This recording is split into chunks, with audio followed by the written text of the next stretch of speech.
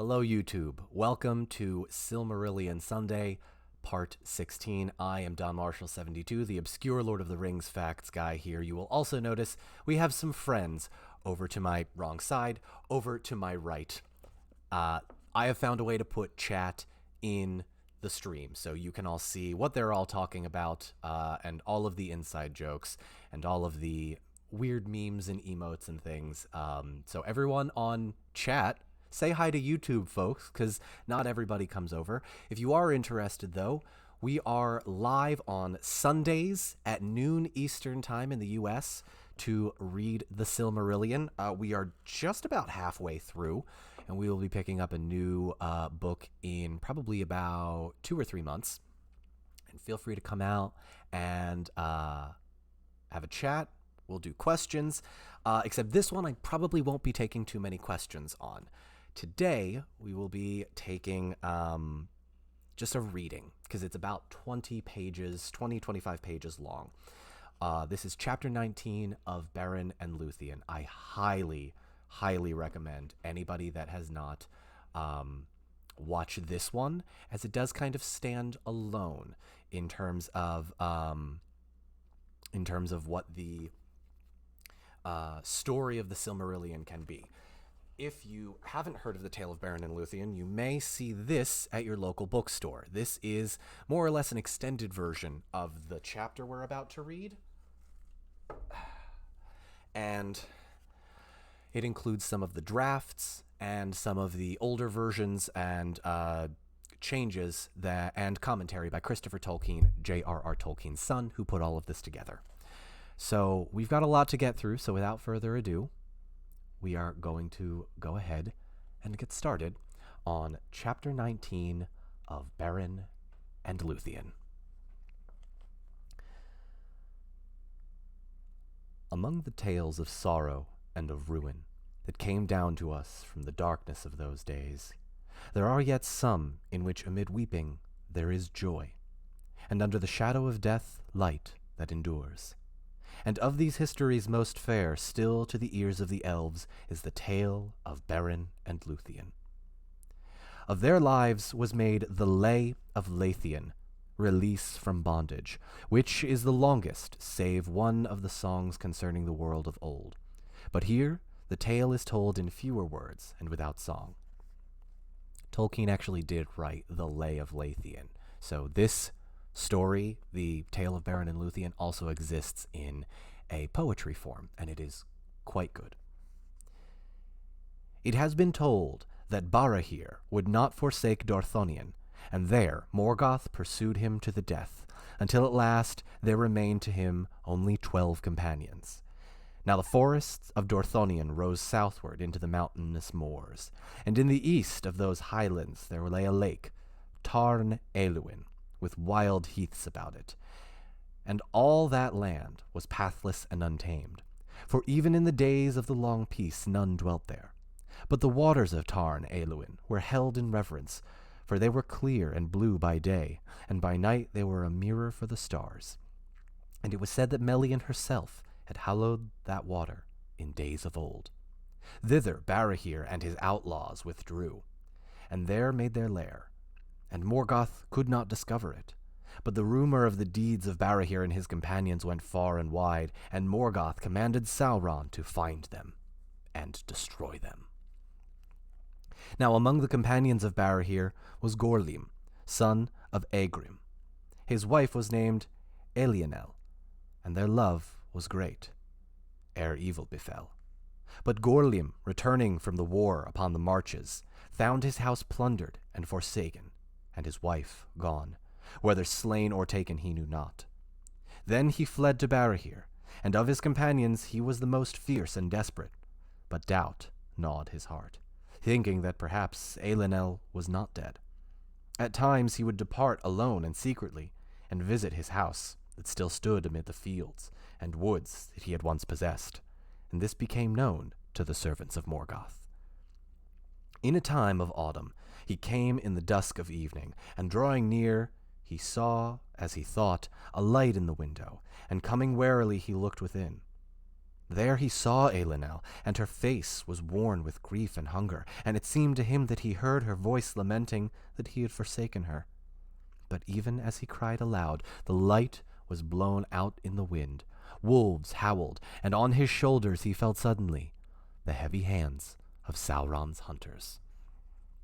Thus Gorlim was ensnared, and taking him to their camp, they tormented him, seeking to learn the tidings of Barahir and all his ways. But nothing would Gorlim tell. Then they promised him that he should be released and restored to Elenel if he would yield. And being at last worn with pain and yearning for his wife, he faltered. Then straightway they brought him to the dreadful presence of Sauron. And Sauron said, "I hear now that thou wouldst barter with me. What is thy price?" And Gorlim answered that he should find Elenel again, and with her be set free, for he thought Elenel also had been made captive. Then Sauron smiled, saying, "That is a small price for so great a treachery. So surely it shall be. Say on." Now Gorlim would have drawn back, but daunted by the eyes of Sauron, he told at last all that he would know. Then Sauron laughed, and he mocked Gorlim, and revealed to him that he had seen only a phantom devised by wizardry to entrap him, for Elenel was dead. "None the less I will grant thy prayer," said Sauron, "and thou shalt go to Elenel, and be set free of my service." Then he put him cruelly to death. In this way the hiding of Barahir was revealed, and Morgoth drew his net about it. And the orcs, coming in the still hours before dawn, surprised the men of Dorthonion and slew them, save one. For Beren, son of Barahir, had been sent by his father on a perilous errand to spy upon the ways of the enemy, and he was far afield when the lair was taken. But as he slept, benighted in the forest, he dreamt that carrion birds sat thick as leaves upon bare trees beside a mere, and blood dripped from their beaks. Then Beren was aware in his dream of a form that came to him across the water, and it was a wraith of Gorlim, and it spoke to him declaring his treachery and death, and bade him make haste to warn his father. Then Beren awoke and sped through the night, and came to the lair of the outlaws in the second morning. But as he drew near, the carrion birds rose from the ground, and sat in the alder trees beside Tarn Eluin, and croaked in mockery. There Beren buried his father's bones, and raised a cairn of boulders about him, and swore upon it an oath of vengeance. First, therefore, he pursued the orcs that had slain his father and his kinsmen, and he found their camp by night at Rivel's well, above the fen of Serek. And because of his woodcraft, he came near their fire unseen. There their captain made boast of his deeds, and he held up the hand of Barahir that he had cut off, as token for Sauron that their mission was fulfilled. And the ring of Felagund was on that hand. Then Beren sprang up from behind the rock and slew the captain, and taking the hand and the ring he escaped, being defended by fate, for the orcs were dismayed, and their arrows wild.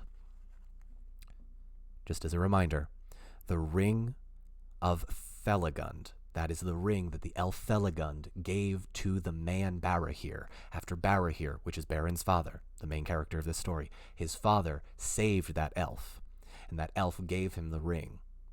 The ring is known as the Ring of Barahir, and anyone that has seen the extended editions of the Two Towers knows that the Ring of Barahir makes an appearance. This is the origin of that ring. Therefore, after 4 years more, Beren wandered still upon Dorthonion, a solitary outlaw. But he became friends with the birds and the beasts, and they aided him, and did not betray him.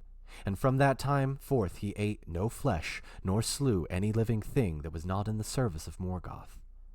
He did not fear death, but only captivity, and being bold and desperate he escaped both death and bonds, and the deeds of lonely daring that he achieved were noised abroad throughout Beleriand, and the tales of them came even to Doriath. And remember, Doriath is the elven kingdom with the big force field around it, where Thingol and Melian live. Thingol and Melian are the elven king and queen of part of Middle-earth. At length Morgoth set a price upon his head, no less than the price upon the head of Fingon, High King of the Noldor. But the orcs fled, rather, at the rumor of his approach, then sought him out. Therefore an army was sent against him under the command of Sauron, and Sauron brought werewolves, fell beasts inhabited by dreadful spirits that he had imprisoned in their bodies.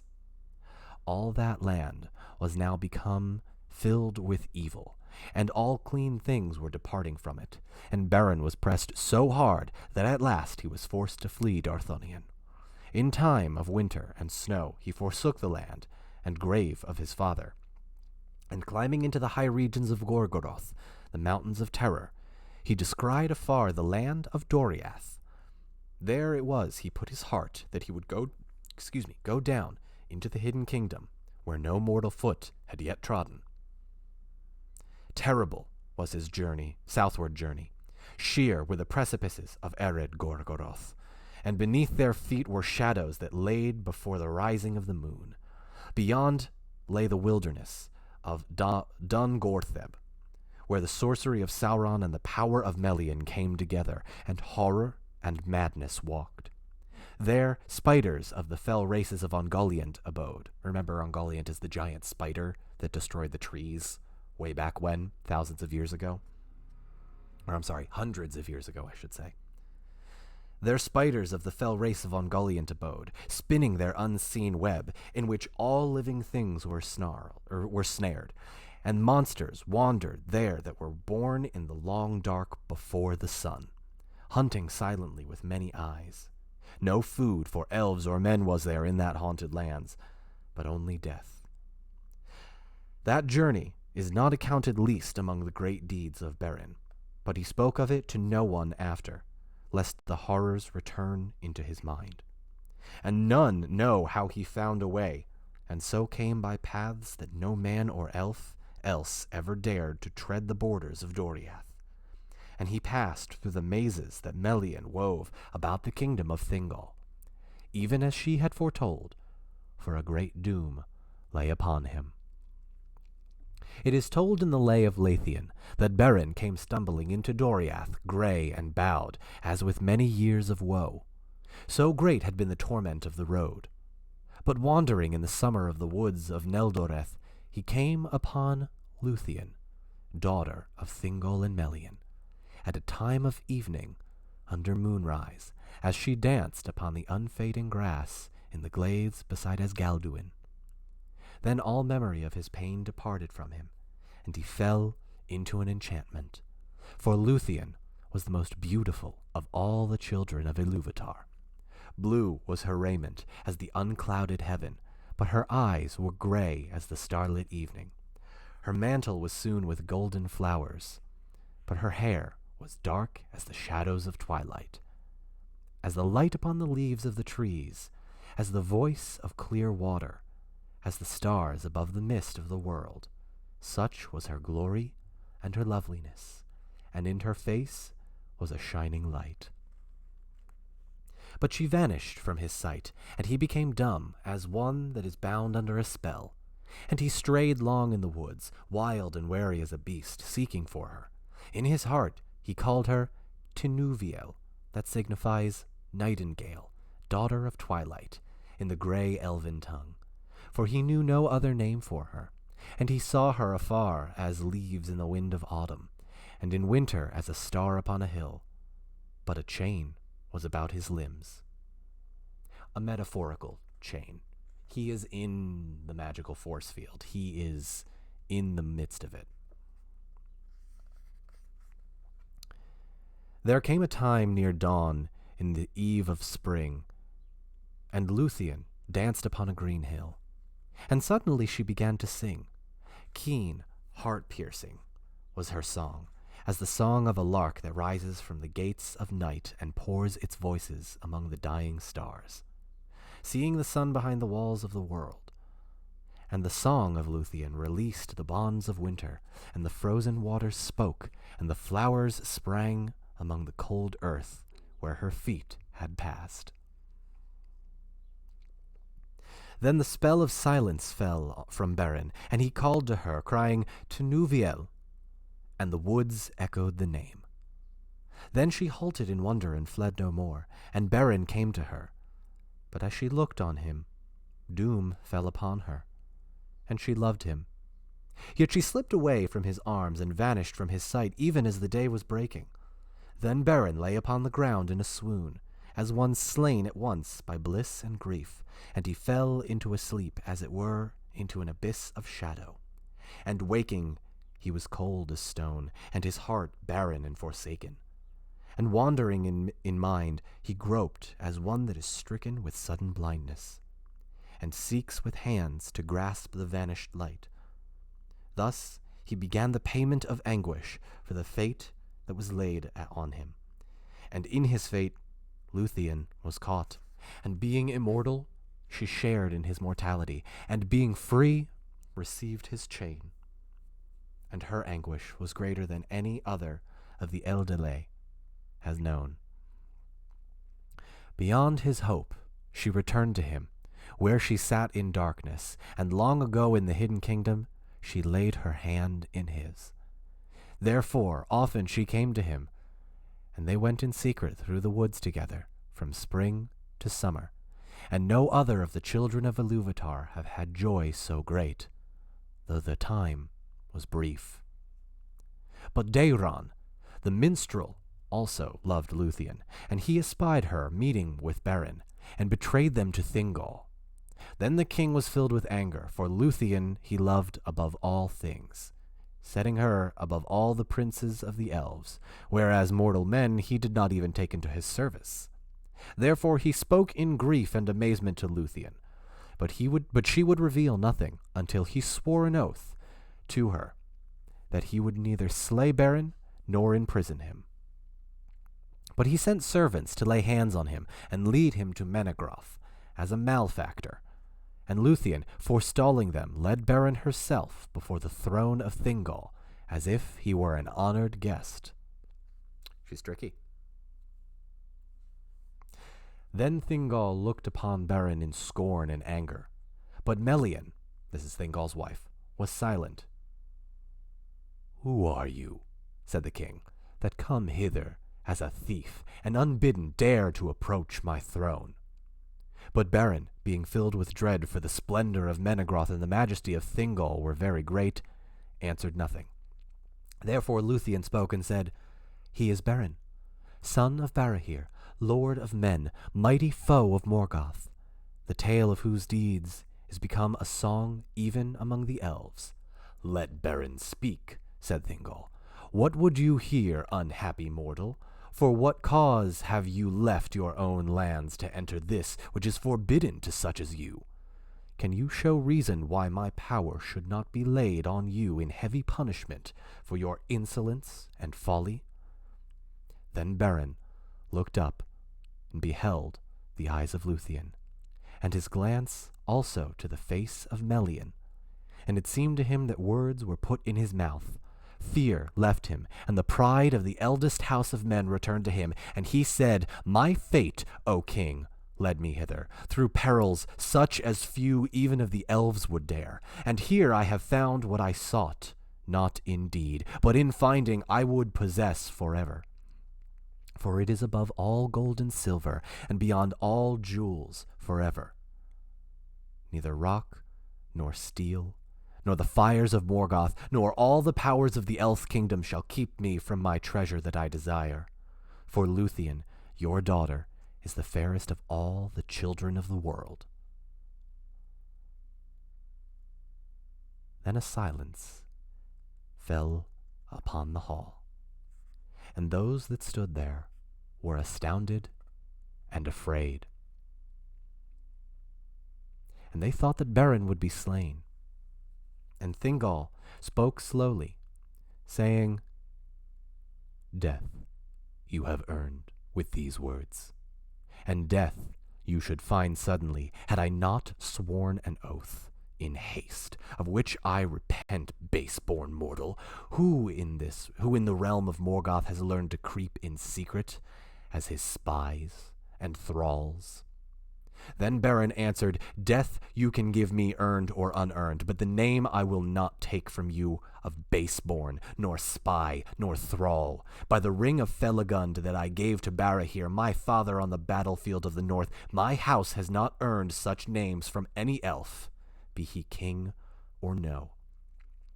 And his words were proud, and all eyes looked upon the ring, for he held it aloft now, and the green jewel gleamed there, that the Noldor had devised in Valinor, for this ring was like twin serpents, whose eyes were emeralds, and heads met beneath the crown of golden flowers, that the one upheld and the other devoured.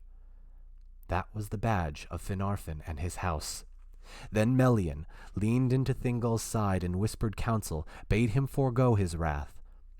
"For not by you," she said, "shall Beren be slain, and far and free does his fate lead him to the end. Yet it is wound in yours. Take heed." But Thingol looked in silence upon Luthien, and he thought in his heart, "Unhappy men, children of little lords and brief kings, shall such as these lay hands upon you and let live?" Then breaking the silence, he said, I see the ring, son of Barahir, and I perceive that you are proud and deem yourself mighty. But a father's deeds, even had his service been rendered to me, avail not to win the daughter of Thingol and Melian. See now, I too desire a treasure that is withheld. For rock and steel and the fires of Morgoth keep the jewel that I would possess against all the powers of the elf kingdom. So Thingol is throwing the words back in his face. Yet I hear you all that bonds such as these do not daunt you. Go your way, therefore. Bring to me in your hand a Silmaril from Morgoth's crown, and then, if she will, Luthien may set your hand in hers. Then you shall have my jewel, and though the fate of Arda lie within the Silmarils, yet you shall hold me generous. Thus he wrought the doom of Doriath, and was ensnared within the curse of Mandos. And those that heard these words perceived that Thingol would save his oath, and yet send Beren to his death, for they knew that not all the powers of the Noldor before the siege was broken had availed, even to see from afar the shining Silmarils of Feanor.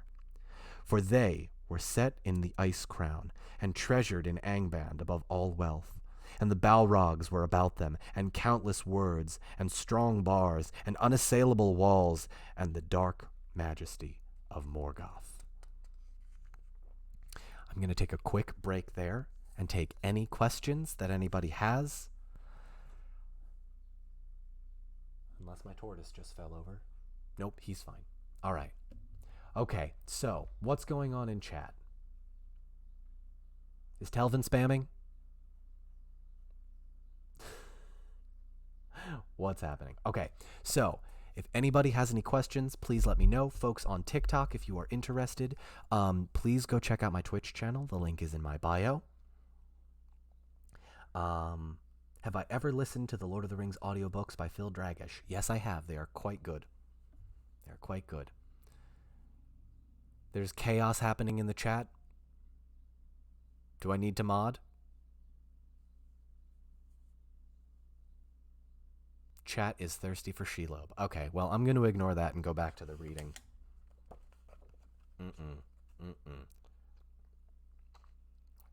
All right. I can turn the chat off. YouTube doesn't need to see this if it's weird. Here we go. How about this? Boom. Now you can all have your ridiculous antics.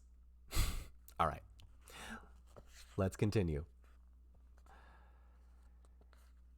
But Beren laughed. For little price, he said, do elven kings sell their daughters for gems and things made by craft. But if this be your will, Thingol, I will perform it. And when we meet again, my hand shall hold a Silmaril from the Iron Crown, for you have not looked upon the last of Beren, son of Barahir.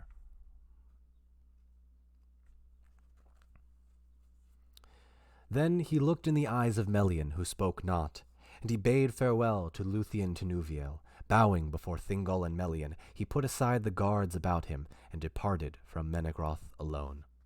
Then at last Melian spoke, and she said to Thingol, O king, you have devised cunning counsel, but if my eyes have not lost their sight, it is ill for you, whether Beren fail in his errand or achieve it. For you have doomed either your daughter or yourself, and now is Doriath drawn within the fate of a mightier realm. But Thingol answered, I sell not to men or elves those whom I love and cherish above all treasure.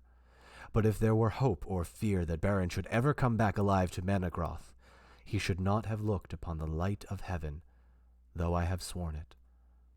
But Luthien was silent, and from that hour she sang not again in Doriath. A brooding silence fell upon the wood, and the shadows lengthened in the kingdom of Thingol.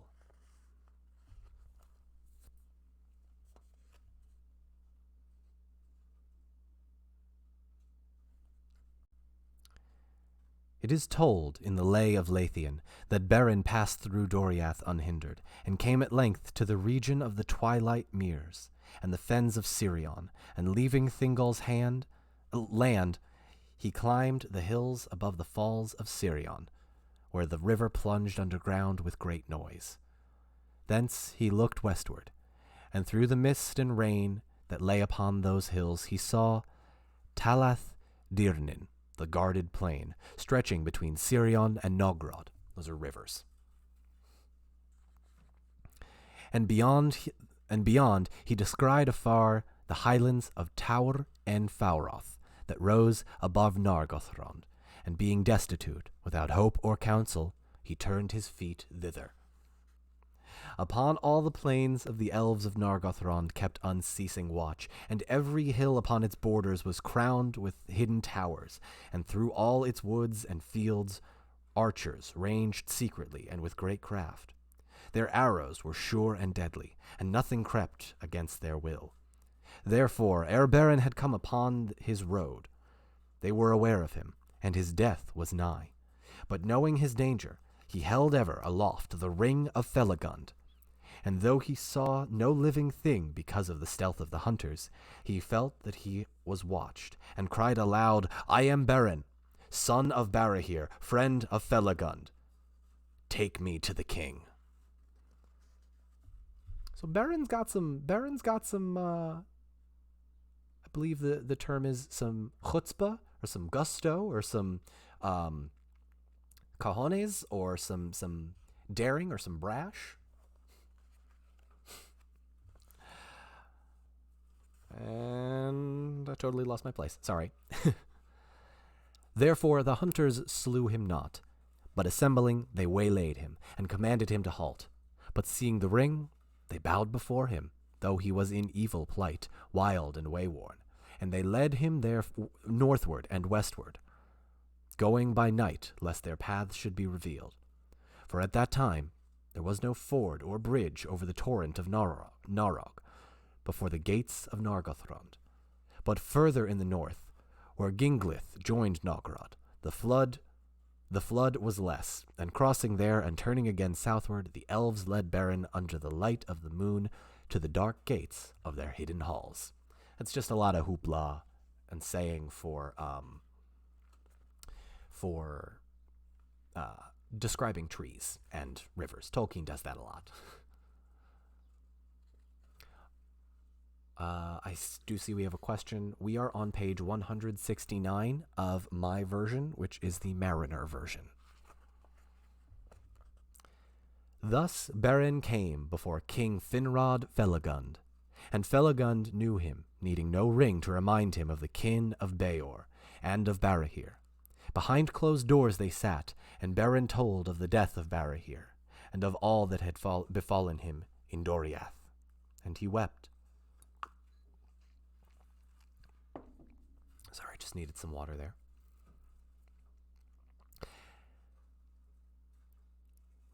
Excuse me. Behind the doors they sat, and Beren told of the death of Barahir and all that had befallen him in Doriath, and he wept, recalling Luthien and their joy. But Felagund heard his tale in wonder and disquiet, and he knew that the oath he had sworn was come upon him for his death, as long before he had foretold to Galadriel. And you'll remember, probably not, but many, many chapters ago, Finrod Felagund, who was an elven prince at the time, told Galadriel in passing, "I have this doom." I don't remember the exact words, but there was quite a lot of foreshadowing there that Finrod Felagund was going to be met with a mighty doom. He spoke then to Beren in heaviness of heart. "It is plain that Thingol desires your death, but it seems that this doom goes beyond his purpose, and that the oath of Feanor is again at work. For the Silmarils are cursed with an oath of hatred, and he that even names them in desire moves a great power from slumber. And the sons of Feanor would lay all the elven kingdoms in ruin rather than suffer any other than themselves to win or possess a Silmaril. For the oath drives them, and now Celegorm and Curufin are dwelling in my halls." And remember, Celegorm and Curufin are the sons of Feanor, and they are literally in the same region as him, as Beren. "They have shown friendship to me in every need, but I fear that they will show neither love nor mercy to you, if your quest be told. Yet my own oath holds, and thus we are all ensnared." And that is, I think, the thing. I'll take a brief pause here. That, I think, is the thing that Tolkien was trying to press, is that swearing oaths, while bonds of love and friendship can be made, well, if you swear an oath, you may not realize what it means and what consequences it may come later. Also, while I'm taking this break, Overcooked, if you're interested in an audiobook version of this, I do have all of the old episodes on YouTube, and then we do live readings here on Twitch every Sunday at noon. Feel free to join us over on Twitch. The link is in my bio. Let's continue.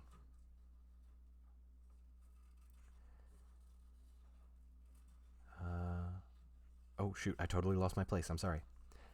Then King Felagund spoke before his people, recalling the deeds of Barahir and his vow, and declared that it was laid upon him to aid the son of Barahir in his need, and he sought the help of his chieftains.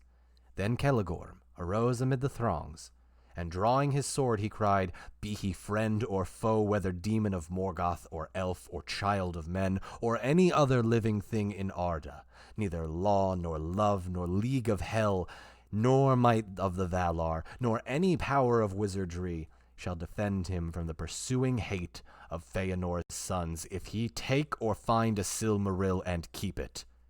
For the Silmarils we alone claim, until the world ends."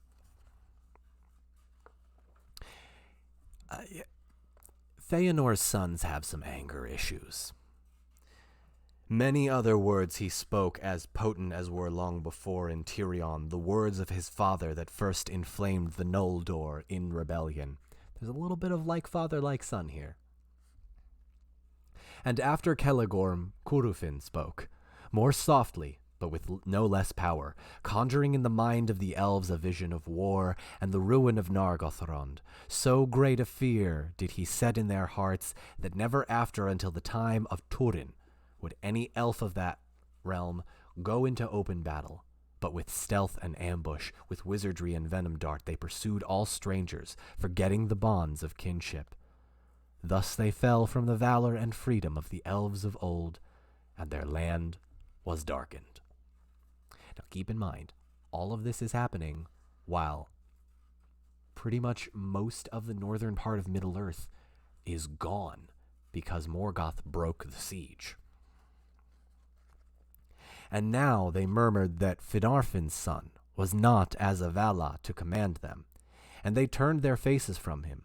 But the curse of Mandos came upon the brothers, and dark thoughts arose in their hearts, thinking to send forth Felagund alone to his death, and to usurp, it might be, the throne of Nargothrond, for they were in the eldest line of princes of the Noldor.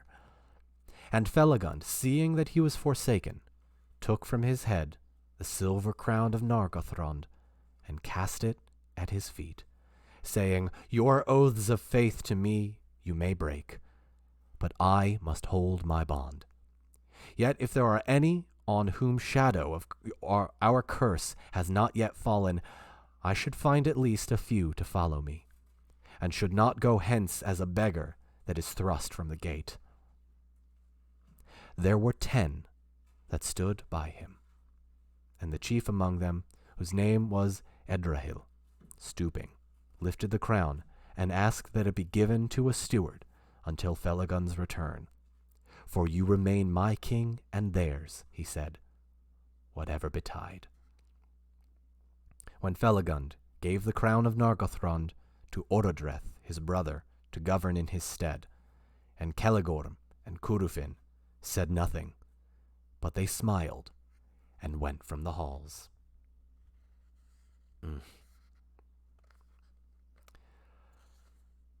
On an evening of autumn, Felagund and Beren set out from Nargothrond with their 10 companions, and they journeyed beside Narog to his source in the falls of Ivrin. Beneath the shadowy mountains they came upon a company of orcs, and slew them all in their camp by night, and they took their gear and their weapons. By the arts of Felagund their own forms and faces were changed to the likeness of orcs. That's another kind of elf power, form change ability. It's not mentioned a lot, but it is here. And thus disguised, they came upon their northward road and ventured into the westward pass between Eredwethrin and the highlands of Tower Nufuin. But Sauron, in his power, was aware of them, and doubt took him. For he went in haste, and stayed not to report their deeds as he was commanded to all the servants of Morgoth that passed that way. Therefore he sent to waylay them and bring them to him. Thus befell the contest of Sauron and Felagund, which is renowned. I'm going to pause here before we get to this part to kind of explain something that is going to happen. This is going to be a sort of battle of the mind and battle of the voice. Finrod, the king of the elves, is about to fight with Sauron, but not in a physical way. There's not going to be swords. There's going to be a battle of the mind. Not unlike Galadriel getting her voice into Frodo's mind in the movies, but in a way that they are sort of competing mentally with each other. Here we go. For Felagund strove with Sauron in songs of power, and the power of the king was very great. But Sauron had the mastery, as is told in the Lay of Luthien. And this is where we get to the part where if you'll look on the screen, an actual portion is written in the poetry. It doesn't quite rhyme in normal, and I'm going to try my best to follow the verse, but bear with me as I do this. He chanted a song of wizardry, of piercing, opening, of treachery, revealing, uncovering, betraying. Then sudden, Felagund there swaying, sang in answer a song of staying, resisting, battling against the power of secret kept, strength like a tower, and thrust unbroken, freedom, escape, of changing and of shifting shape, of snares eluded, broken traps, and prison opening, the chain that snaps. Backwards and forwards swayed their songs, reeling and foundering as ever more strong. The chanting swelled, Felagund fought, and all the magic and might he brought of Elveness into his words. Softly in the gloom they heard the birds singing afar in Nargothrond, the sighing of the sea beyond the western world on sand of pearls in Elvenland. Then the gloom gathered, darkness growing, in Valinor, the red blood flowing, beside the seas where the Noldor slew the foam riders, and stealing, drew their white ships with their white sails from lamplit havens. The wind wails, the wolf howls, the raven flees, the ice mutters in the mouths of the seas. The captives sad in Angband mourn. thunder rumbles and fires burn, and Finrod fell before the throne. Then Sauron stripped them of their disguise, and they stood before him naked and afraid. But though their kinds were revealed, Sauron could not discover their names or their purpose. He cast them therefore into the deep pits, dark and silent, and threatened to slay them cruelly unless one would betray him to truth. From time to time they saw two eyes kindled in the dark, and a werewolf devoured one of the companions. But none betrayed their lord. In the time when Sauron cast Beren into the pit, a weight of horror came upon Luthien's heart. And going to Melian for counsel, she learned that Beren lay in the dungeons of Tol in Gaurhoth, without hope of rescue. Then Luthien, perceiving that no help would come from any other on earth, resolved to fly from Doriath. Fly meaning flee or leave. Sorry, I lost my place. Resolved to fly from Doriath and come herself to him, but she sought the aid of J.R.R, and he betrayed her. And he betrayed her purpose to the king. Then Thingol was filled with fear and wonder, and because he would not deprive Luthien of the light of heaven lest she fail and fade, and yet would not restrain her, he caused a house to be built, from which she would not escape. Not far from the gates of Menegroth stood the greatest of all trees in the forest of Neldoreth, and there was a beech forest in the northern half of the kingdom. This mighty beech was named Hirilorn, and it was there, and it had 3 trunks, equal in girth, smooth in rind, and exceeding tall. No branches grew from them for a great height above the ground.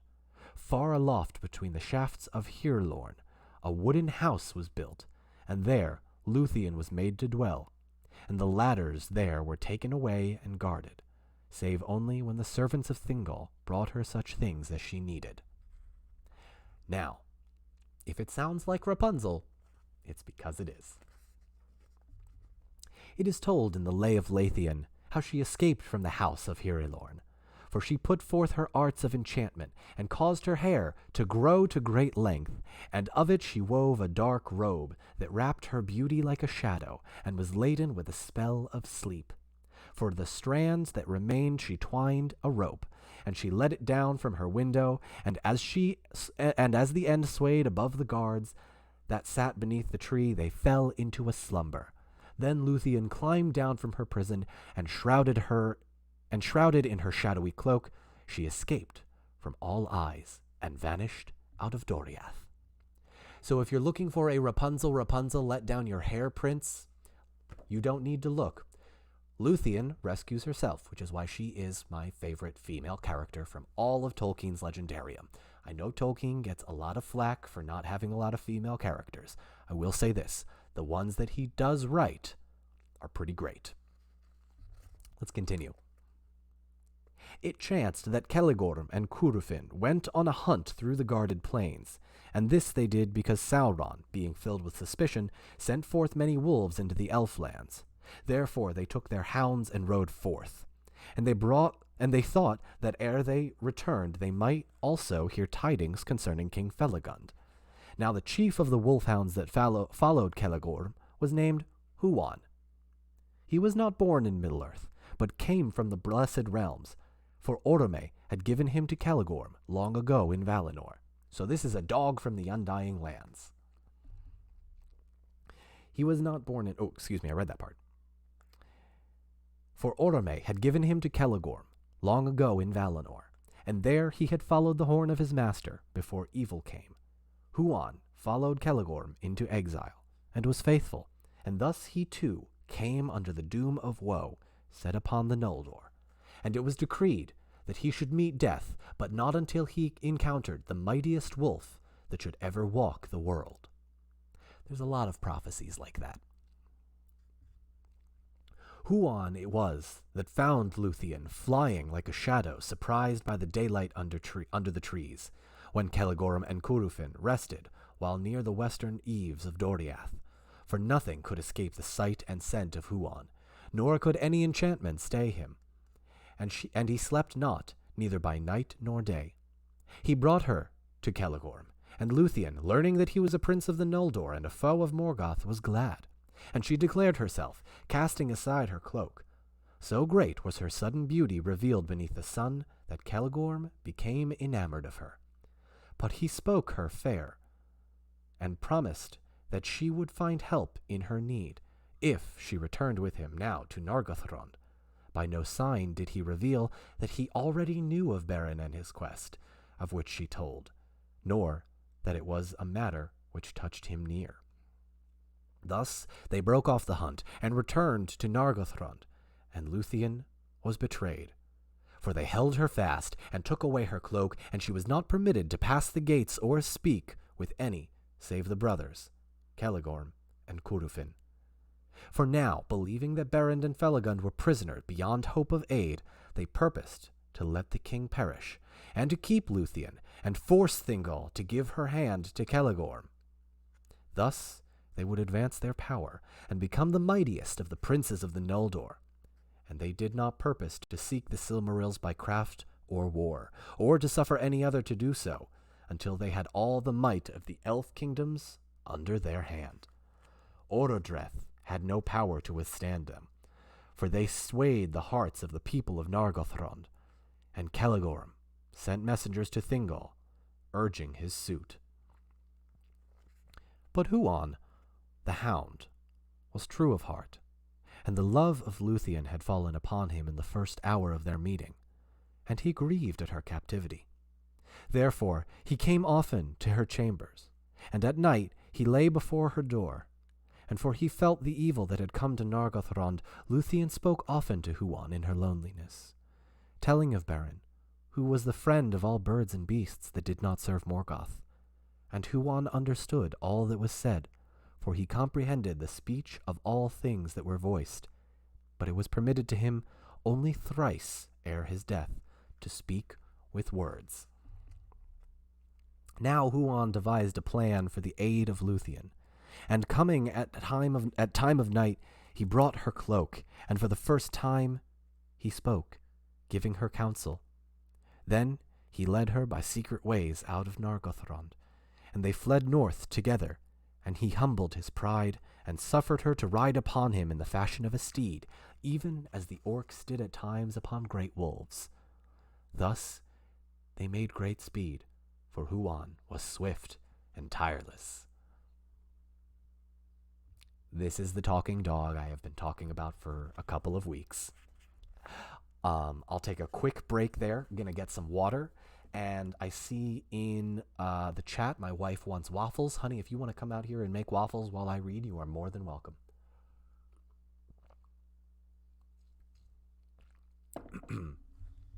Also, if anybody has any questions, feel free to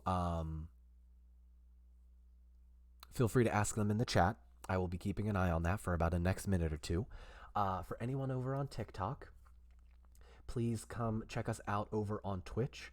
The link is in my bio. The audio quality is better, and you can hang out with everyone in Twitch and chat. Apparently, we're all just talking about how good of a boy Huan is, which, yeah. All right. Not seeing any questions, so I think I am going to... Oh, we got one. Here we go. And you know what? Why don't I bring up chat in the chat box again so you can all see the questions as they come in. So feel free to write those questions in there. I know we're moving around a lot today. Isn't it possible that Luthien could shape change like others? So some elves we have seen have the ability to shape change. We will see if Luthien has that coming up. Also, yes, the character limit on Twitch is higher than it is on TikTok. So if anyone feels like chatting, feel free to come to the link in the bio. All right. Let's keep going then, shall we? In the pits of Sauron, Beren and Felagund lay, and all their companions were now dead. But Sauron purposed to keep... Oh, hang on. Let me bring this up here. But Sauron purposed to keep Felagund to the last, for he perceived that he was a Noldo of great might and wisdom, and he deemed that in him lay the secret of their errand. But when the wolf came for Beren, Felagund put forth all his power, and burst his bonds, and wrestled with the werewolf, and slew it with his hands and teeth, and yet himself was wounded to the death. Then he spoke to Beren, saying, I go now to my long rest in the timeless halls beyond the seas and the mountains of Aman.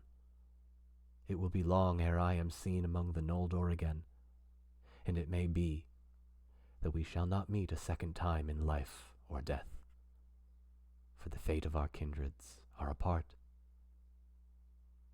Farewell. And he died in the dark of Tol in Gorhoth, whose great towers he himself had built. Thus King Finrod Felagund, fairest and most beloved of the house of Finwë, redeemed his oath. But Beren mourned beside him in despair. In that hour Luthien came, and standing upon a bridge that led to Sauron's isle, she sang a song that no walls of stone could hinder. Beren heard, and he thought that he dreamed, for the stars shone above him, and in the trees nightingales were singing. And in answer she sang a song of challenge that he had made in praise of the 7 stars, the sickles of the Valar, that Varda hung above the north as the sign for the fall of Morgoth. Then all strength left him, and he fell into darkness. But Luthien heard his answering voice, and she sang then a song of great power. The wolves howled, and the isle trembled. Sauron stood in a high tower, wrapped in his black thought, but he smiled, hearing her voice. For he knew that it was the daughter of Melian. The fame of the beauty of Luthien and the wonder of her song had long gone forth from Doriath, and he thought to make her captive and hand her over to the power of Morgoth, for his reward would be great. Therefore he set a wolf on the bridge, but Huan slew it silently. Still Sauron sent another, one by one, and one by one Huan took them by the throat and slew them. Then Sauron sent Draugluin, a dread beast, old in evil, lord and sire of the werewolves of Angband, and his might was great. And the battle of Huan and Draugluin was long and fierce. Yet at length Draugluin escaped. Fleeing back into the tower, he died before Sauron's feet, and as he died, he told his master, Huan is here. Now Sauron knew well, as did all in that land, the fate that was decreed for the Hound of Valinor. And it came into his thought that he himself would accomplish it. Therefore he took upon himself the form of a werewolf, and made himself the mightiest that had yet walked the world, and he came forth to win the passage of the bridge. So great was the horror of his approach that Huan leapt aside. Then Sauron sprang upon Luthien, and she swooned before the menace of the fell spirit in his eyes, the foul vapor of his breath. But even as he came falling upon her, she cast a fold of her dark cloak before his eyes, and he stumbled, for a fleeting drowsiness came upon him. Then Huan sprang.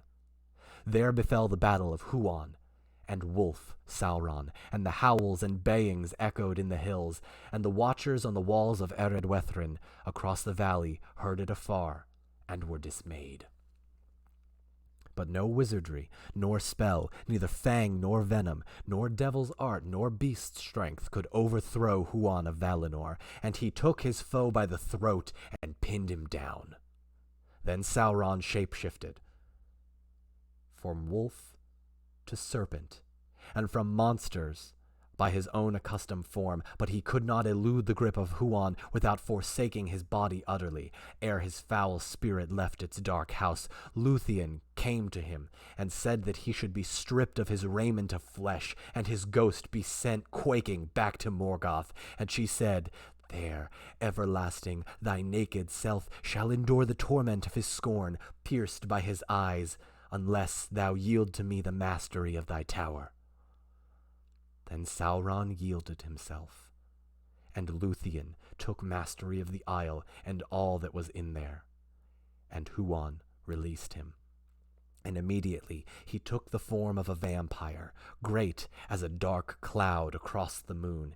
He fled, dripping blood from his throat upon the trees, and came to Tower Nufuin, and dwelt there, filling it with horror. I'm just going to take a minute there, because personally, right? So cool. Then Luthien stood upon the bridge and declared her power, and the spell was loosed that bound stone to stone, and the gates were thrown down, and the walls open, and the pits laid bare, and many thralls and captives came forth in wonder and dismay, shielding their eyes from the pale moonlight, for they had lain long in darkness of Sauron. But Beren came not. Therefore Huan and Luthien sought him in the isle, and Luthien found him mourning by Felagund. So deep was his anguish that he lay still, and did not hear her feet. Then, thinking him already dead, she put her arms around him, and fell into a dark forgetfulness. But Beren, coming back to the light out of the pits of despair, lifted her up, and they looked upon one another. And the day, rising over the dark hills, shone upon them. They buried the body of Felagund upon the hilltop of his own isle, and it was clean again. And the green grave of Finrod, Finarfin's son, fairest of all the princes of the elves, remained inviolate until the land was changed and broken, and foundered under destroying seas. But Finrod walks with Finarfin his father beneath the trees of Eldamar. That last sentence is about as happy of an ending as you can get. For those that don't know, elves, when they die, go to a place called the Halls of Mandos. And in the Halls of Mandos, their spirit dwells until they are reborn. This is the fate of all elves. And so that last sentence gives us as much closure as we possibly could, in that Finrod is eventually reborn and is walking with his father, Finarfin, in the Undying Lands again. That is the fate of all elves, to, when they do die, be reborn once again, after a brief time in the halls of Mandos. Now Beren and Luthien Tinuviel went free again, and together walked through the woods, renewing for a time their joy. And though winter came, it hurt them not, for flowers lingered where Luthien went, and birds sang beneath the snow-clad hills. But Huan, being faithful, went back to Celegorm, his master, yet their love was less than before. There was tumult in Nargothrond, for thither now returned many elves that had been prisoners in the Isle of Sauron, and a clamor arose that no words of Celegorm could still. They lamented bitterly the fall of Felagund their king, saying that a maiden had dared what the sons of Feanor had not dared to do. But many perceived that it was treachery rather than fear that had guided Celegorm and Curufin. Therefore the hearts of the people of Nargothrond were released from their dominion, and turned again to the house of Finarfin, and they obeyed Orodreth. But he would not suffer them to slay the brothers, as some desired, for the spilling of kindred blood by kin would bind the curse of Mandos more closely upon them. Yet neither bread nor rest would he grant to Celegorm and Curufin within his realm, and he swore that there should be little love between Nargothrond and the sons of Feanor thereafter. "Let it be so," said Celegorm, and there was a light of menace in his eyes. But Curufin smiled. Then they took horse and rode away like fire to find, if they might, their kindred in the east.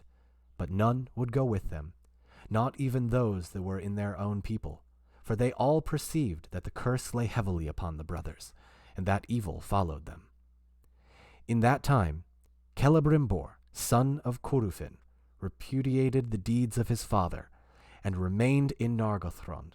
Yet Huan followed still the horse of Celegorm to his master. I will pause briefly there to make mention of a name that is here. In that time, Celebrimbor, son of Curufin, repudiated the deeds of his father. Celebrimbor is the maker of the Rings of Power. Celebrimbor made the Elven Rings and helped Sauron in all of his ringcraft. He made the other 19 with Sauron. He's going to come up a lot later, but that is the first mention of Celebrimbor. You may also recognize him from the video game Shadow of Mordor and Shadow of War, both excellent games. Not exactly canon as to what happens in those video games, but regardless, quite good.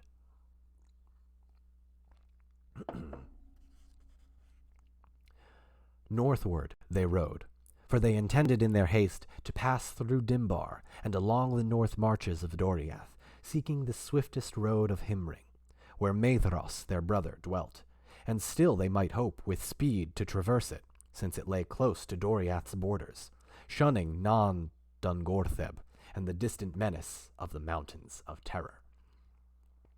Now it is told that Beren and Luthien came in their wandering into the forest of Brethiel, and drew near at last to the borders of Doriath. There Beren took thought to his vow, and against his heart he resolved, when Luthien was come again within the safety of her own lands, to set forth once more. But she was not willing to be parted from him again, saying, "You must choose, Beren, between these two, to relinquish the quest and your oath and seek a life of wandering upon the face of the earth, or to hold to your word and challenge the power of darkness upon its throne. But on either road I shall go with you, and our doom shall be alike." Even as they spoke together like this, walking without heed of aught else, Celegorm and Curufin rode up, hastening through the forest, and the brothers espied them and knew them from afar. Then Celegorm turned his horse and spurred it upon Beren, purposing to ride him down. But Curufin, swerving, stooped and lifted Luthien to his saddle, for he was strong and cunning horseman. Then Beren sprang from before Celegorm full upon the speeding horse of Curufin that had passed him, and the leap of Beren is renowned among men and elves, and he took Curufin by the throat from behind and hurled him backwards, and they fell to the ground together, and the horse reared and fell, but Luthien was flung aside and lay upon the grass. Beren just jumped up to the size of a horse and took someone down and tackled him off a horse. If you need to wonder why Beren is one of my favorite characters in fiction, look no further.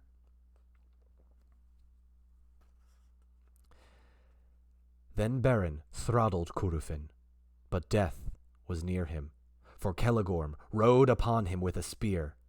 In that hour, Huan forsook the services of Celegorm and sprang upon him, so that his horse swerved aside and would not approach Beren because of the terror of the great hound. Celegorm cursed both hound and horse, but Huan was unmoved.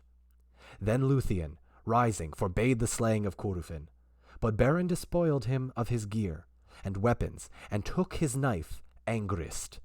That knife was made by Telkar of Nogrod, and hung sheathless by his side. Iron it would cleave as if it were green wood. Then Beren, lifting Curufin, flung him from him, and bade him walk now back to his noble kinsfolk, who might teach him to turn his valor to worthier use. "Your horse," he said, "I keep for the service of Luthien, and it may be accounted happy to be free of such a master." Then Curufin cursed Beren under cloud and sky. "Go hence," he said, "unto a swift and bitter death." Celegorm took him beside him onto his horse, and the brothers made then as if to ride away. And Beren turned away and took no heed of their words. But Curufin, being filled with shame and malice, took the bow of Celegorm and shot back as they went, and the arrow was aimed at Luthien. Huan, leaping, caught it in his mouth, but Curufin shot again, and Beren sprang before Luthien, and the dart smote him in the breast. It is told that Huan pursued the sons of Feanor, and they fled in fear, and returning, he brought to Luthien a herb out of the forest. But with that leaf she staunched Beren's wound, and by her arts and by her love she healed him. Thus at last they returned to Doriath. There Beren, being torn between his oath and his love, and knowing Luthien to be safe now, arose one morning before the sun, and committed her to the care of Huan. Then in great anguish he departed, while she slept upon the grass. He rode northward again, with all speed, to the pass of Sirion, and coming to the skirts of Tower Nufuin, he looked out across the waste of Anfauglith, and saw afar the peaks of Thangorodrim, which is Morgoth's fortress. There he dismissed the horse of Curufin, and bade it leave now dread and servitude, and run free upon the green grass in the land of Sirion. Then, being now alone and upon the threshold of the final peril, he made the song of parting in praise of Luthien and the lights of heaven, for he believed that he must now say farewell to both love and light. Of that song, these words were part. Farewell, sweet earth and northern sky, forever blessed, since here did lie, and here with lissom limb did run, beneath the moon, beneath the sun, Luthien to Nuviel, more fair than mortal tongue can tell. Though all the ruin fell the world, and were dissolved and backwards hurled, unmade into the old abyss, yet were its making good for this: the dusk, the dawn, the earth, the sea, that Luthien, for a time, should be.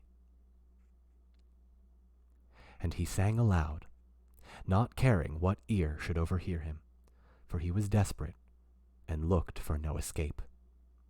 But Luthien heard his song, and she sang in answer, as she came through the woods unlooked for Huan, consenting once more unto be her steed, had borne her swiftly hard upon Beren's trail.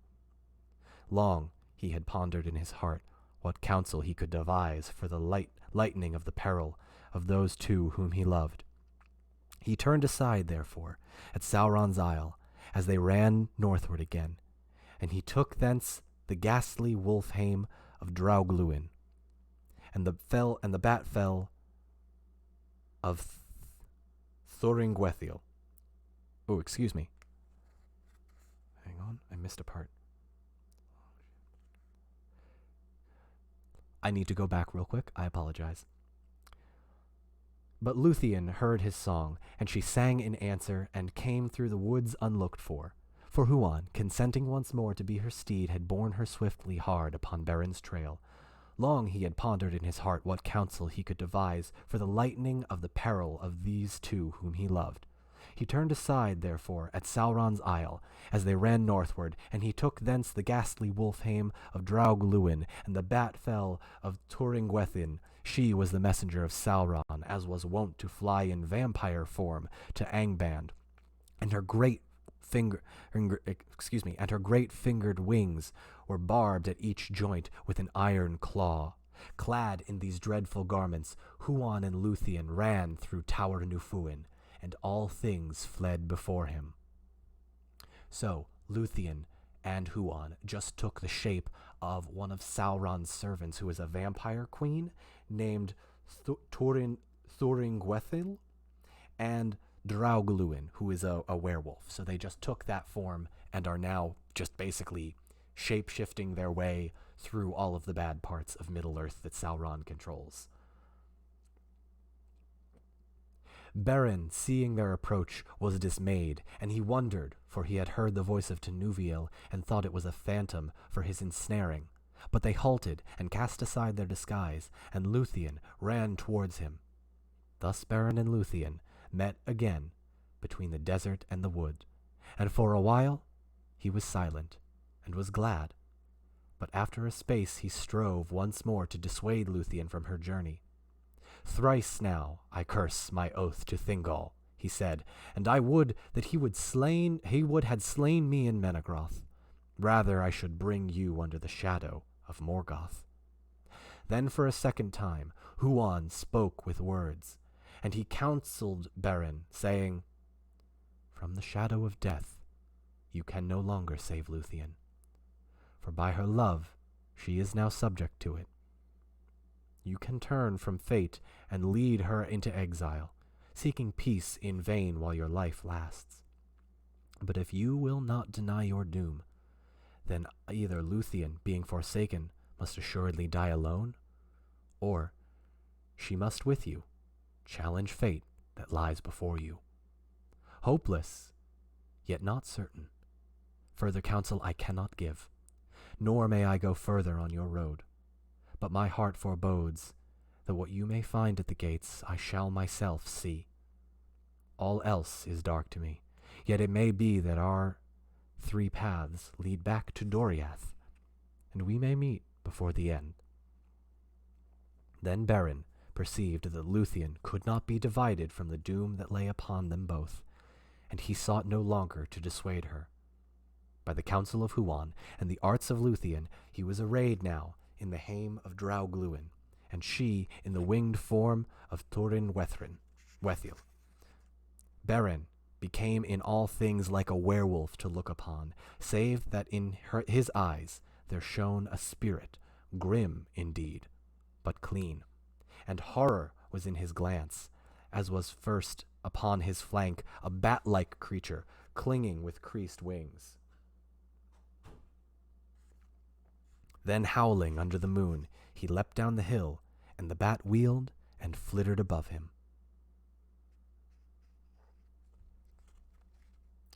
They passed through all perils until they came, with the dust of their long and weary road, upon the drear dale that lay before the gates of Angband. Black chasms opened beside the road, whence forms of the withering serpents issued. On either hand the cliffs stood an embattered wall, and upon them sat carrion fowl crying with fell voices. Before them was the impregnable gate, an arch wide and dark at the foot of the mountain. Above it, reared 1,000-foot precipice. There dismay took them, for at the gate was a guard of whom no tidings had yet gone forth, rumor of he knew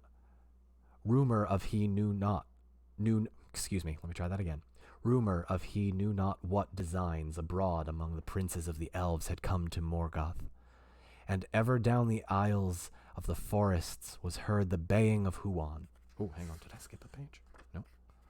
Oh, the great hound of war, whom long ago the Valar unleashed.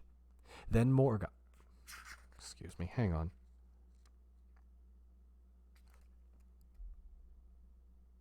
Then Morgoth recalled the doom of Huan, and he chose one from among the whelps of the race of Draugluin, and he fed him with his own hand upon living flesh, and put his power upon him. Swiftly the wolf grew, until he could creep in no den, but lay huge and hungry before the feet of Morgoth. There the fire and anguish of hell entered into him, and he became filled with the devouring spirit, tormented and terrible and strong. Karkaroth, the Red Maw, he is named in the tales of those days, and Anfauglir, the jaws of thirst, and Morgoth set him to lie unsleeping before the doors of Angband, lest Huan come. So Sauron, hearing about Huan, is like, yeah, probably should have one of those of my own. And yeah, Planet Toaster, you're absolutely right. This is where Tolkien gets his Drew inspiration from Fenrir, the wolf. Now Karkaroth espied them from afar, and was filled with doubt, for news had long been brought to Angband that Draug Luin was dead. Therefore when they approached, he denied them entry, and bade them stand. And he drew near with menace, scenting something strange in the air about them. And suddenly some power descended of old upon the divine race, possessed Luthien, and casting back her foul raiment, she stood forth, small before the might of Karkaroth, but radiant and terrible. Lifting her hand up, she commanded him to sleep, saying, "O woe-begotten spirit, fall now—" Excuse me, that's my own dog you hear.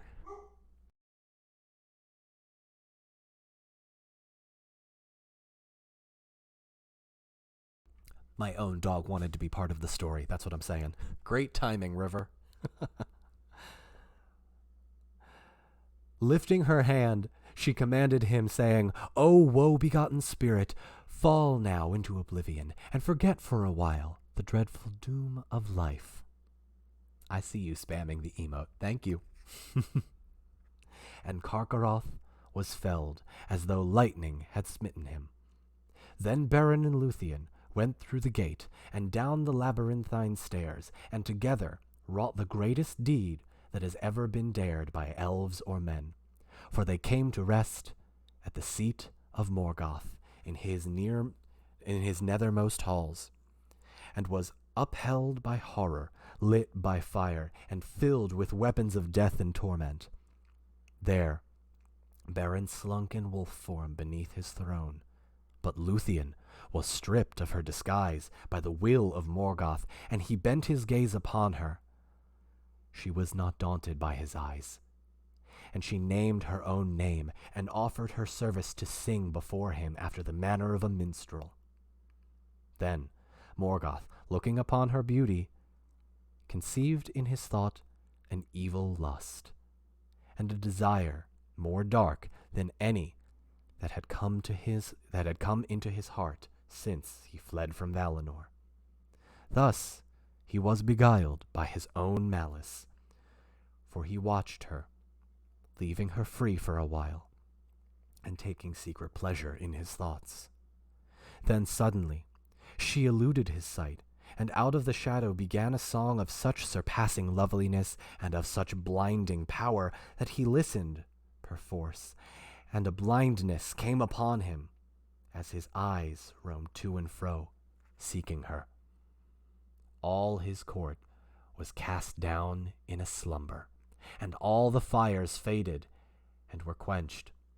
But the Silmaril in the crown on Morgoth's head blazed forth suddenly with a radiance of white flame, and the burden of that crown and the jewels bowed his head, as though the world were set upon it, laden with a weight of care and fear and of desire that even the will of Morgoth could not support.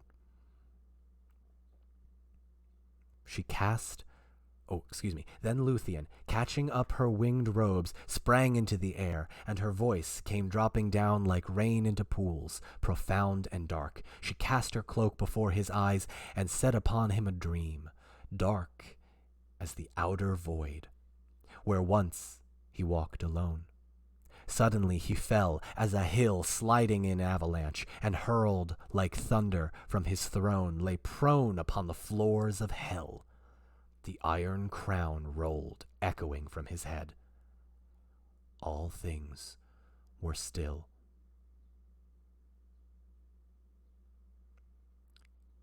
As a dead beast, Beren lay upon the ground, but Luthien, touching him with her hand, aroused him, and he cast aside the wolf-hame. Then he drew forth the knife Angrist, and from the iron claws that held it, he cut a Silmaril. As he closed in his hand, the radiance welled through his living flesh, and his hand became as a shining lamp. But the jewel suffered his touch, and hurt him not. It came then to Beren's mind that he would go beyond his vow, and bear out of Angband all 3 jewels of Feanor. But such was not the doom of the Silmarils. The knife angriest snapped, and the shard of the blade flying smote the cheek of Morgoth. He groaned and stirred, and all of the host of Angband moved in sleep. Then terror fell upon Beren and Luthien, and they fled, heedless and without disguise, desiring only to see the light once more. They were neither hindered nor pursued, but the gate was held against their going, for Carcharoth had arisen from sleep, and stood now in wrath upon the threshold of Angband. Before they were aware of him, he saw them, and sprang upon them as they ran. Luthien was spent, and she had not the time nor the strength to quell the wolf, but Beren strode forth before her, and in his right hand he held aloft the Silmaril. Carcharoth halted for a moment, and was afraid. "Get you gone and fly," cried Beren, "for here is a fire that shall consume you and all evil things."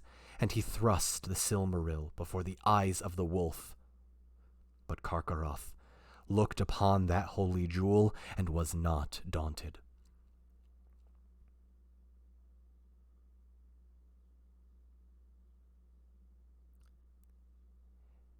And the devouring spirit within him awoke to sudden fire, and gaping, he took suddenly the hand within his jaw, and he bit it off at the wrist. Then swiftly all his innards were filled with a flame of anguish, and the Silmaril seared his accursed flesh. Howling, he fled before them, and the walls of the valley of the gate echoed with the clamor of his torment. So terrible did he become in his madness that all the creatures of Morgoth that abode in that valley, or were upon any of the roads that lay thither, fled before him.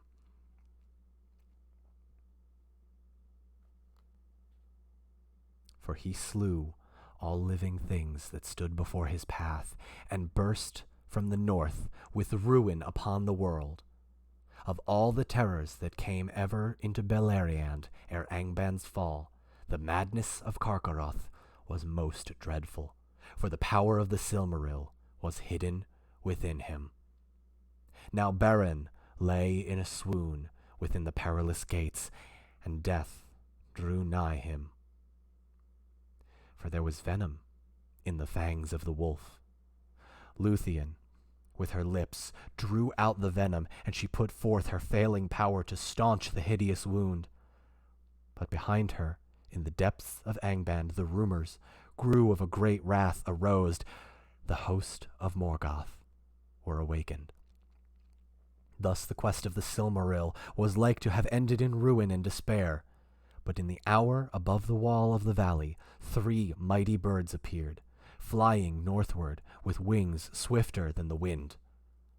Among all birds and beasts, the wandering and need of Beren had been noised, and Huon himself had bidden all things watch, that they might bring aid to him. So Huon is literally going around saying, "Hey, keep an eye out for these." High above the realm of Morgoth, Thorondor and his vassals soared, and seeing upon the madness of the wolf and Beren's fall, they came swiftly down, even as the powers of Angband were released from the toils of sleep. Then they lifted Luthien and Beren from the earth, and bore them aloft into the clouds. Below them, suddenly the thunder rolled, and lightning leapt forward, and the mountains quaked. Fire and smoke belched forth from Thangorodrim. Flaming bolts were hurled far abroad, falling ruinously into the land, and the Noldor and Hithlim trembled. But Thorondor took his way far above the earth, seeking the high roads of heaven, where the sun day-long shines upon the unveiled, and the moon walks amid the cloudless stars. Thus they passed swiftly over Dor Nufauglith and over Tower Nufuin, and came above the hidden valley of Tumladen. No cloud could mist lay there, nor mist lay there, and looking down Luthien saw far above, as the white light startling from a green jewel, the radiance of Gondolin, the fair, where Turgon dwelt. But she wept, for she thought that Beren would surely die. He spoke no word, nor opened his eyes, and knew thereafter nothing of his flight. And at last the eagles set them down upon the borders of Doriath, and were come to that same dwell whence Beren had stolen in despair and left Luthien asleep. There the eagles lay her at Beren's side, and returned to the peaks of Crissaegrim and their high eyries. But Huan came to her, and together they tended Beren, even as before she had healed him of the wound that Curufin gave to him. But this wound was fell and poisonous. Long Beren lay, and his spirit wandered upon the dark border of death, knowing ever an anguish that pursued him from dream to dream. Then suddenly, when her hope was almost spent, he woke again, and looked up, seeing leaves against the sky, and he heard beneath the leaves singing soft and slow beneath him, Luthien to Nuviel. And it was spring again. Therefore Beren was named Erekmanion. Erekamion. Sorry, I couldn't pronounce that for a hot second. Therefore Beren was named Erekamion, which is one-handed, and suffering was graven on his face. But at last he was drawn back to life by the love of Luthien. And he arose, and together they walked in the woods once more. And they did not hasten from that place, for it seemed fair to them. Luthien indeed was willing to wander in the wild without returning, forgetting house and people and all glory of the elf kingdoms. And for a time Beren was content. But he could not for long forget his oath to return to Menegroth, nor would he withhold Luthien from Thingol forever. For he had held, by the laws of men, deeming it perilous to set at naught the will of the Father, save at the last need. And it seemed to him unfit that one so royal and fair as Luthien should live always in the woods as the rude hunters among men, without home or honor or the fair things that are the delights of the queens of the Eldalay. Therefore, after a while, he persuaded her, and their footsteps forsook the houseless lands, and he passed into Doriath, leading Luthien home. So their doom willed it. Upon Doriath, evil days had fallen. Grief and silence had come upon all its people when Luthien was lost. Long they had sought for her in vain, and it is told that in that time J.R.R the minstrel of Thingol strayed from the land and was seen no more. He it was that made music for the dance and song of Luthien before Beren came to Doriath, and he had loved her, and set all his thought of her in his music. He became the greatest of all minstrels of the elves east of the sea, named even before Maglor, son of Feanor. But seeking for Luthien in despair, he wandered upon strange paths. Passing over the mountains, he came to the east of Middle-earth, where for many ages he made lament beside dark waters for Luthien, daughter of Thingol, most beautiful of living things. In that time, Thingol turned to Melian, but now she withheld her counsel from him, saying that the doom that he had devised must work to its appointed end, and that he must wait, now, upon time. But Thingol learned that Luthien had journeyed far from Doriath, for messages came secretly from Celegorm, as has been told, saying that Felagund was dead, and Beren was dead, and Luthien was in Nargothrond, and that Celegorm would wed her. Then Thingol was wrathful, and he sent spies, and thinking to make war upon Nargothrond, and thus he learned that Luthien was again fled, and that Celegorm and Curufin were driven from Nargothrond. Then his counsel was in doubt, for he had not the strength to assail the 7 sons of Feanor, but he sent messages to Himring to summon their aid in seeking for Luthien, since Celegorm had not sent her to the house of her father, nor had he kept her safely. But in the north of his realm, his messengers met with peril, sudden and unlooked for, the onslaught of Karkaroth, the wood wolf of Angband. In his madness he had run, ravening, from the north, and the passing at length over Tower Nufuin.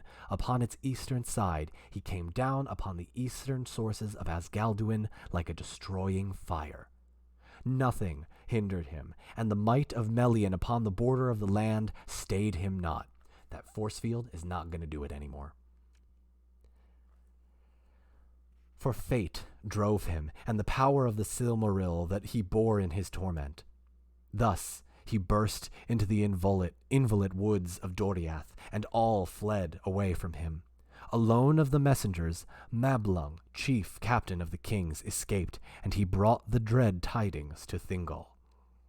Even in that dark hour, Beren and Luthien returned, hastening from the west, and the news of their coming went before them like a sound of music borne by the winds before the dark houses where men sit sorrowful. They came at last to the gates of Menegroth, and the great host followed them.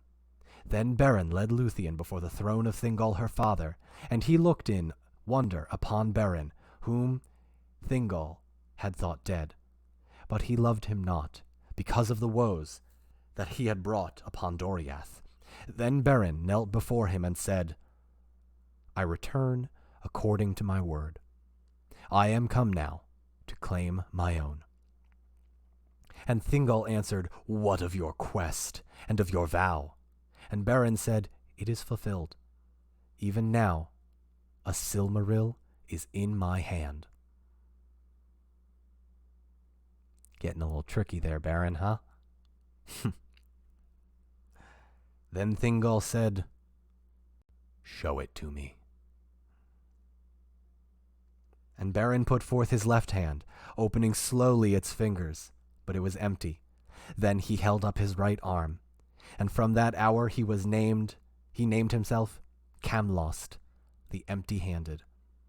Then Thingol's mood was softened, and Beren sat before his throne upon the left, and Luthien upon the right, and they told all of that tale of the quest, while all there listened and were filled with amazement.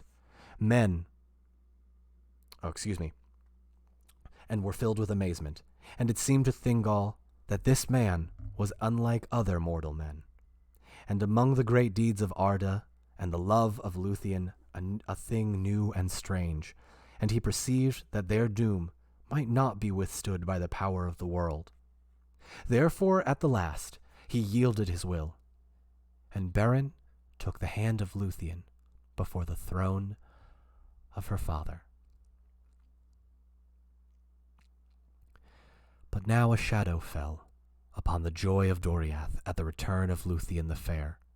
For learning of the cause of the madness of Karkaroth, the people grew more afraid, perceiving that his danger was fraught with dreadful power because of the holy jewel, and hardly might be overthrown. And Beren, hearing of the onslaught of the wolf, understood that the quest was not yet fulfilled. Therefore, since daily Karkaroth drew nearer to Menegroth, they prepared the hunting of the wolf. Of all pursuits of beasts, wherefore tales tell the most perilous.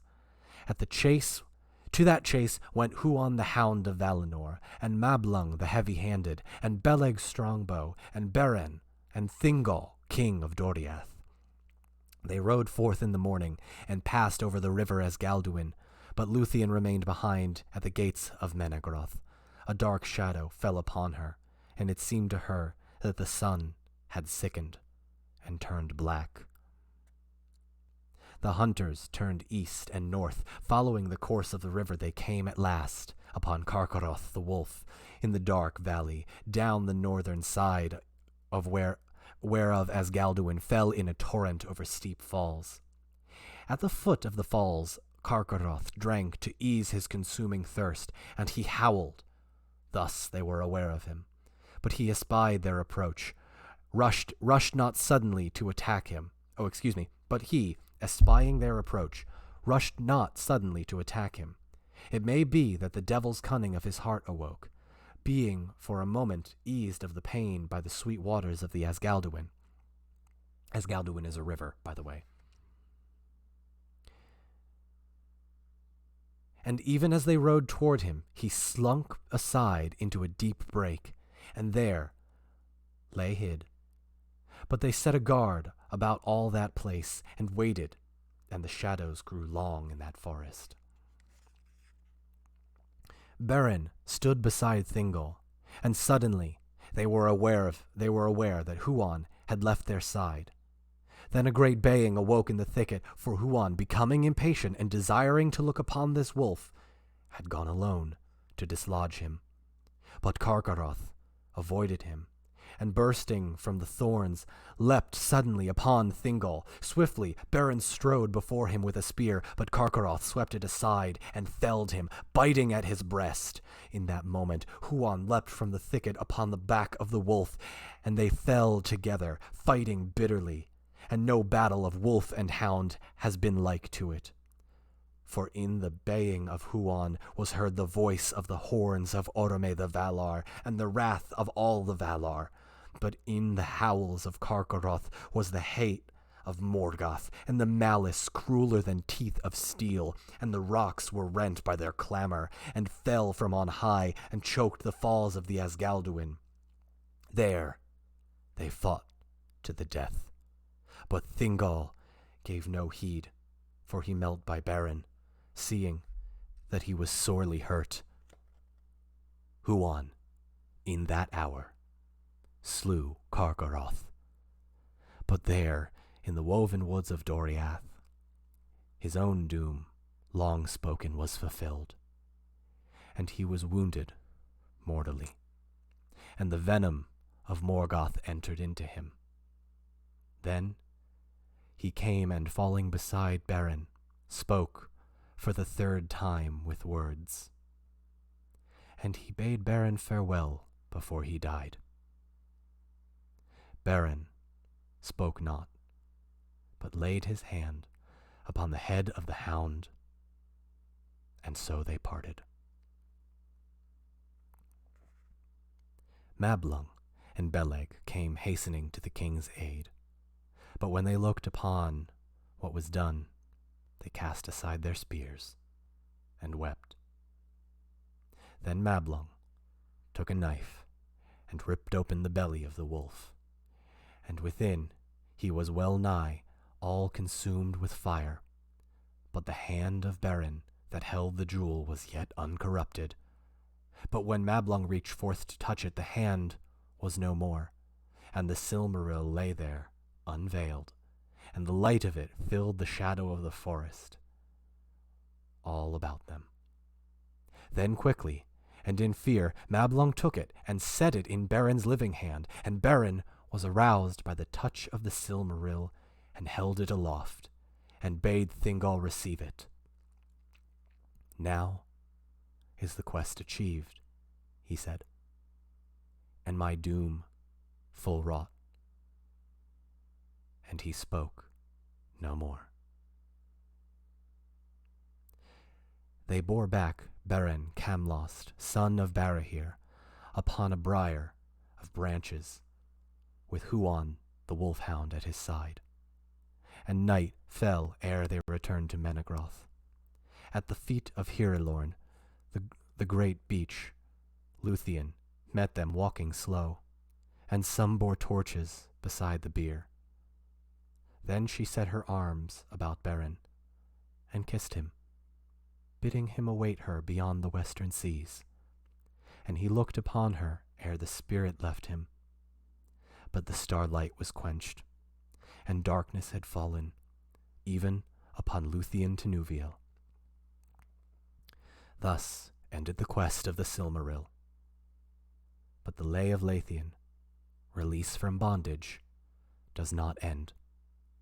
For the spirit of Beren, at her bidding, tarried in the halls of Mandos, unwilling to leave the world, until Luthien came to say her last farewell upon the dim shores of the outer sea, whence men that die set out never to return. But the spirit of Luthien fell down into darkness, and at the last it fled, and her body lay like a flower that is suddenly cut off and lies for a while unwithered on the grass. Then a winter, as it were the hoar age of mortal men, fell upon Thingol. But Luthien came to the halls of Mandos, where are the appointed places for the elves, beyond the mansions of the west, upon the confines of the world.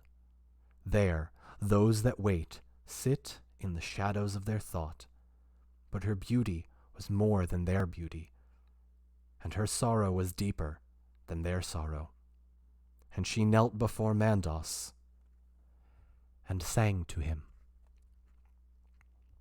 The song of Luthien before Mandos was the song most fair that ever in words was woven, and the song most sorrowful that ever the world shall hear. Unchanging, imperishable, it sang still in Valinor, beyond the hearing of the world. And listening, the Valar are grieved. For Luthien wove two themes of words, of the sorrow of the Eldar and the grief of men of the two kindreds that were made by Ilúvatar to dwell in Arda, the kingdom of earth, amid the innumerable stars. And as she knelt before him, her tears fell upon his feet, like rain upon the stones, and Mandos was moved to pity, who never was before so moved, nor has been moved since. Therefore he summoned Beren, even as Luthien had spoken in the hour of his death. They met again, beyond the western seas. But Mandos had no power to withhold the spirits of men that were dead within the confines of the world after their time of waiting, nor could he change the fate of the children of Ilúvatar. He went therefore to Manwe, lord of the Valar, who governed the world under the hands of Ilúvatar. And Manwe sought counsel with his innermost thought, where the will of Ilúvatar is revealed. These were the choices that he gave to Luthien. Because of her labor and her sorrow, she should be released from Mandos, and go to Valinor, there to dwell until the world's end among the Valar, forgetting all grief that her life had known. Thither Beren could not come, for it was not permitted to the Valar to withhold death from him, which is the gift of Ilúvatar.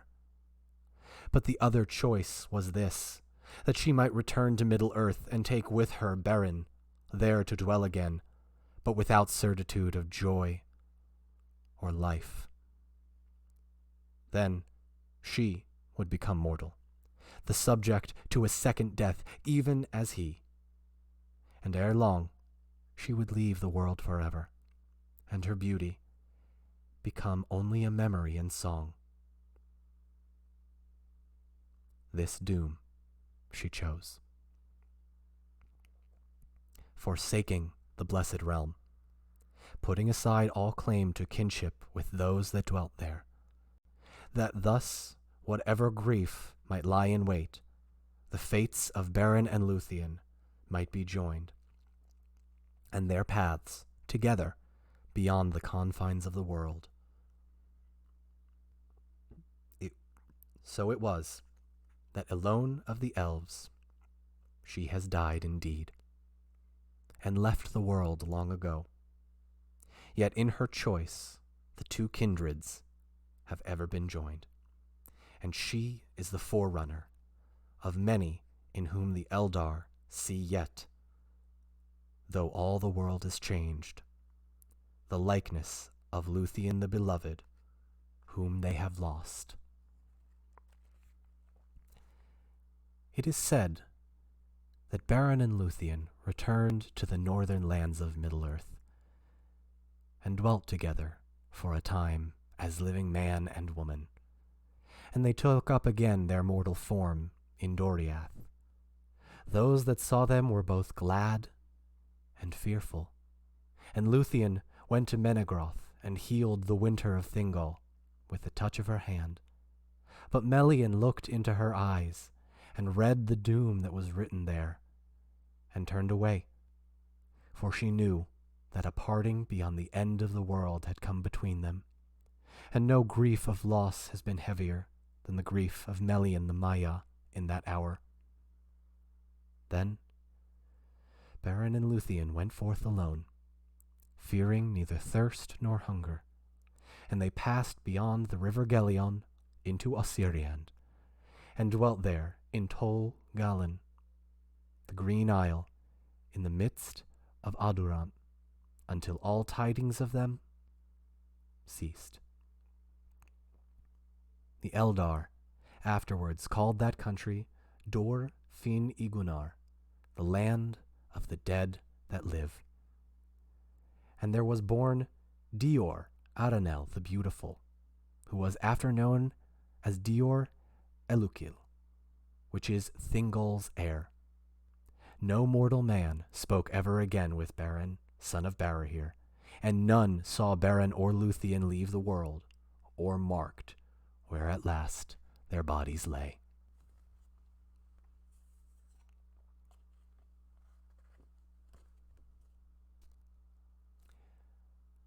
Thus ends the tale of Beren and Luthien.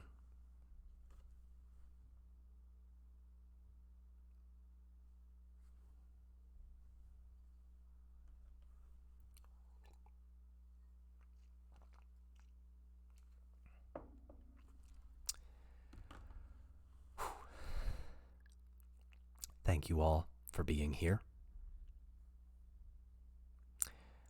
I am going to wrap up this YouTube video. Thank you all so much for joining me on YouTube. I know this was a lot longer, but I could not do this in multiple sittings. This deserves its own. We may not be back next Sunday. I may need to postpone a week, but we will let you know. Chat, feel free to say farewell to YouTube, and we will share our machinations in the chat. As always, if you are interested in seeing one of these live, I stream every Sunday at noon Eastern Time. Thanks, YouTube.